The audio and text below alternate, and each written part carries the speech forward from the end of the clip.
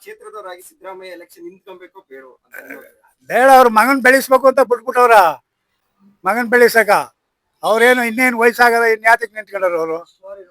ವಯಸ್ಸು ಆಗೋಗದ 75 76 ವಯಸ್ಸಾಗದ ನಿಂತ್ಕೊಳ್ಳಲ್ಲ ಅವರು. ಅದಕ್ಕೆ ಘೋಷಣೆ ಮಾಡವ್ರ. ಅದು ಹೇಳಕ್ಕೂ ಆಗಲ್ಲ ಘೋಷಣೆ ಮಾಡವ್ರ ಅಂತ ನಾವು. ಅವ್ರು ಮೊದ್ಲೇ ಹೇಳ್ತಿದ್ರು ನಿಂತ್ಕೊಳ್ಳಲ್ಲ ನಾನು ಅಂತ. ಈಗ ನಿಂತ್ಕೊಂಡಿಲ್ವಾ? ಹಂಗ ಅವರು ಹೇಳಕ್ಕಾಗಲ್ಲ. ಅವ್ರು ನಿಂತ್ಕೋತಾರ ಇಲ್ಲ ಅಂತ ಹೇಳಕ್ಕಾಗಲ್ಲ. ಹೋಗ್ಲಿ, ಅವರು ನಿಮ್ಮ ಕ್ಷೇತ್ರದಲ್ಲಿ ಅಭಿವೃದ್ಧಿ ಕೆಲಸ ನಡೆದಿದ್ಯಾ? ಏನು ನಡೆದಿಲ್ಲ, ಏನು ಯಾವ ಕೆಲಸ ಆಗಿಲ್ಲ ಇಲ್ಲಿ. ಅದನ್ನ ಹೇಳಿಲ್ವೇ ನೀವು ಅವ್ರಿಗೆ ಬಂದಾಗ? ಎಲ್ಲಾದ್ರೂ ಊರ್ ಕಡೆ ಬಂದಾಗ ಅವರು ಎಲ್ಲಿ ಬೈದರು? ಯಾವಾಗ ಪ್ರಚಾರದಲ್ಲಿ ಬರ್ತಾರ, ಅರ್ಜಿ ಕೊಟ್ರೆ ಅವ್ರ ಮಗ ಮಡಿಕತ್ರ ಹೋಯ್ತಾರ. ಅದೆಲ್ಲ ಜಲದರ್ಶನಲ್ಲಿ ಇಟ್ಬಿಟ್ಟಾರೇನೋ. ಅರ್ಜಿ ಕೊಡ್ತೀವಿ ಸರ್ ನಿಮ್ ಕಡೆ ಇಟ್ಬಿಡ್ತಾರಪ್ಪ ಬುಟ್ಟಿ ಒಳಗೆ. ಏನ್ ಪ್ರಯೋಜನ ಅದು? ನಾವು ಅವ್ರ ಭೇಟಿ ಮಾಡುವಿಲ್ಲ.